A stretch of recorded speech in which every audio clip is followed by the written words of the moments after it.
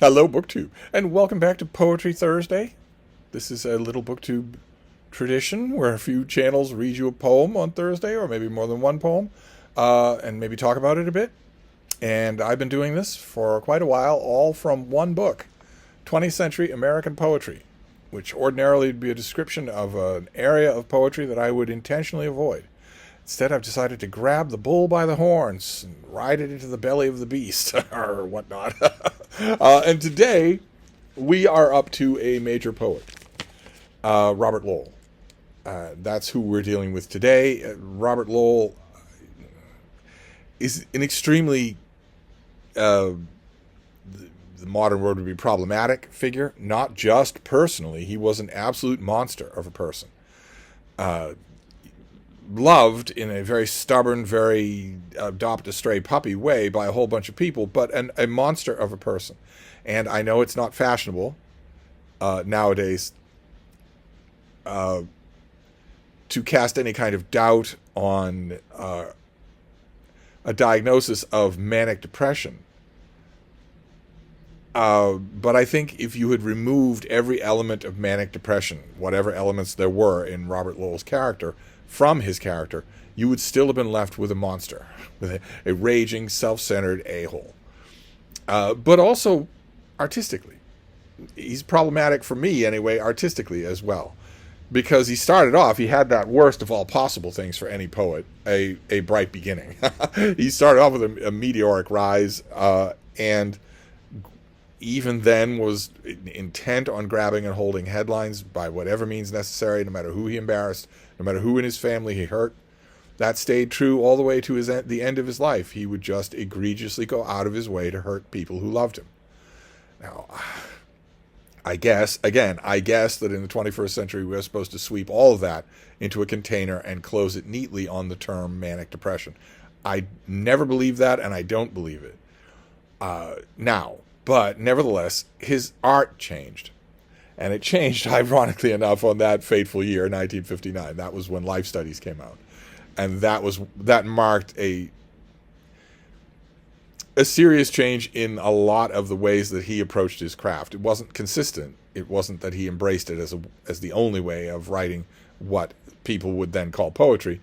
But nevertheless, he is one of the examples that we're encountering on my Poetry Thursday, which is this weird psychodrama, of poetic figures in this volume whose lives actually span the dividing line between poetry as a viable genre that an ordinary person could pick up, read, and enjoy, and poetry as the ultimate gated community that it is still today. A genre that is not enjoyed by any general readers at all. You have to be inculcated into its rites, you have to be initiated into its rituals, and even then, you're not actually enjoying what you read. You're just patting yourself on the back. But in the enjoyment sense of the word, like in the way that someone would enjoy Lonesome Dove, you're not enjoying it in that way. Not even close. And you have been trained, two generations of readers have now been trained, that even expecting that from poetry is fundamentally missing the point, man. This has, of course, been a source of hair-pulling annoyance for me, since I don't claim much along those lines in my life, but I will not have someone tell me that I'm fundamentally missing the point of what I read. I will not have that. Nevertheless, I'm going to read you a couple of poems, two things from Robert Lowell. One of the things that makes Robert Lowell a little inconvenient for Poetry Thursday is that his greatest works are long poems. And that is true. A couple of his long poems are included in this anthology. I'm going to read you a short poem and then a part of a long poem.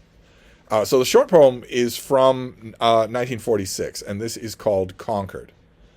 And it goes like this. 10,000 Fords are idle here in search of a tradition. Over these dry sticks, the Minuteman, the Irish Catholics, the ruined bridge, and the Walden's first fished-out perch, the belfry of the Unitarian Church rings out a hanging Jesus. Crucifix. How can your whited, spindling arms transfix Mammon's unbridled industry, the lurch for forms to harness Heraclitus's stream? This church is Concord where Thoreau named all the birds without a gun to probe through darkness to the painted man and bow, the death dance of King Philip and his scream whose echo girdled this imperfect globe. Now, on the one hand, you can feel the incredible power, the rhetorical power of that poem. You can feel it. Your whited, spindling arms. That is wonderful. There are little bits and pieces all throughout there. On the other hand, even though this is 1946, the poem is incomprehensible without footnotes. And in this edition comes blizzarded with footnotes, just foundationed with them.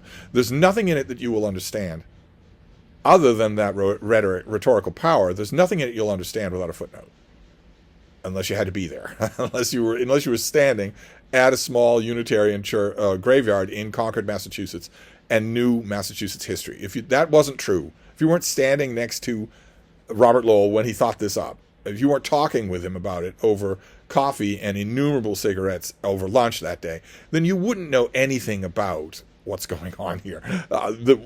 Walden's fished out perch. I'm sure that online you could call up a picture of it, but 10,000 Fords? King Philip? No, it's a poem that sends you in search of footnotes, and that's a bad poem. I know that I might seem to be contradicting myself. I mean, how much of Alexander Pope is illuminated by footnotes these days? But in Pope's case, it was written in an unconsciousness that anyone would be reading him in 300 years. He wasn't trying to be obscure. He might have been trying to obscure individual identities because he didn't want to be punched in the street or attacked by ruffians, but he wasn't trying to be obscure in what he was doing. Whereas this poem, this is the poet simply not caring whether or not you get his references. He didn't footnote this. Editors footnote this. It nevertheless has a great deal of power, the kind of power that makes For the Union Dead or whatnot, that makes this poet so memorable. And then the next thing I want to read you is from the Quaker Graveyard in Nantucket. Nantucket is a whaling island off the coast of Massachusetts. It's a little island. You can walk all around it, every inch of it, in very little time. And it's distant from the mainland and features rather prominently in some American literature. And I want to read you, the Quaker Graveyard in Nantucket is long. It's made up of numbered sections. It's exquisite. It's an exquisite poetic sequence. It's not as good as For the Union Dead, but it's almost as good and better than almost anything around it in American poetry at the time. So I want to read you just one section. This is section 5. When the whale's viscera go and the roll of its corruption overruns this world, beyond tree-swept Nantucket and Woods Hole and Martha's Vineyard, sailor, will your sword whistle and fall and sink into the fat? In the great ash pit of Jehoshaphat, the bones cry for the blood of the white whale. The fat flukes arch and whack about its ears. The death lance churns into the sanctuary, tears the gun-blue swingle, heaving like a flail, and hacks the coiling life out. It works and drags and rips the sperm whale's midriff into rags. Gobbets of blubber spill to wind and weather.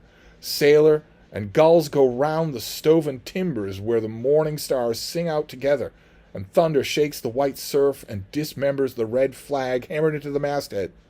Hide our steel, Jonas Messias, in thy side. Again, that is as powerful in terms of rhetoric as anything that you will find in the ecstatic heights of Herman Melville's Moby Dick, which is alluded to several times in this section. It's unbelievably powerful. You feel swept away in an incantatory brilliance. I admit that. I grant it completely. And you can tell a little bit. I mean, if you've read the rest of the beginning, the other 4 parts of the poem, you'll have a slightly better idea. And again, there's a blizzard of footnotes at the bottom. But this is about whaling. And specifically, this part of this sequence is about dismembering a whale. Harpooning it and then dismembering it. Pulling out the coiled guts, ripping apart the gobbets of fat and blubber, to render the whale. That's what it was called in the whaling industry. That's what this is. This is a poetic evocation of rendering a whale, with the requisite mention of Jonah at the end. That Jonas Messias at the end is Jonah, a mention of Jonah who spent days in the belly of a whale, and is again invoked in Moby Dick. It shows you. I couldn't read the whole of the Quaker Graveyard in Nantucket because it would be too long, and we have some long poems coming up. But that shows you what you're getting here. It is an ecstatic, unbelievably, verbally powerful poem. And I guess we won't fault it too much for needing so many footnotes.